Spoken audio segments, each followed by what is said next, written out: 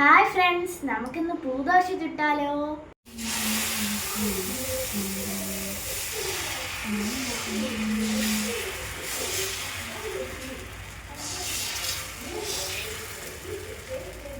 പൂ പോലെയാണ് ആക്കിയത്, പക്ഷെ ഒരു ബട്ടർഫ്ലൈയുടെ ഷേപ്പിലാണ് എനിക്ക് കിട്ടിയത്.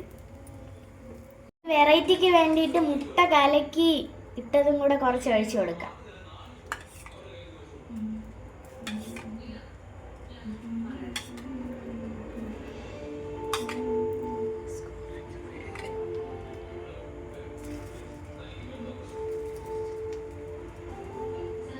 ഇന്ന് സഹായിക്കാൻ അനിയനും കൂടെ വന്നിട്ടുണ്ട് കേട്ടോ.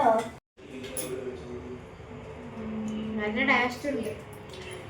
പിന്നെ ഒരു കാര്യം, നമ്മൾ ഈ ദോശയിൽ ആഡ് ചെയ്തിട്ടുള്ള മുട്ടയിൽ ഉള്ളി, മുളക്, ഉപ്പൊക്കെ ആഡ് ചെയ്തുകൊണ്ട് ഈ ദോശ നല്ല ടേസ്റ്റ് ആയിരിക്കും.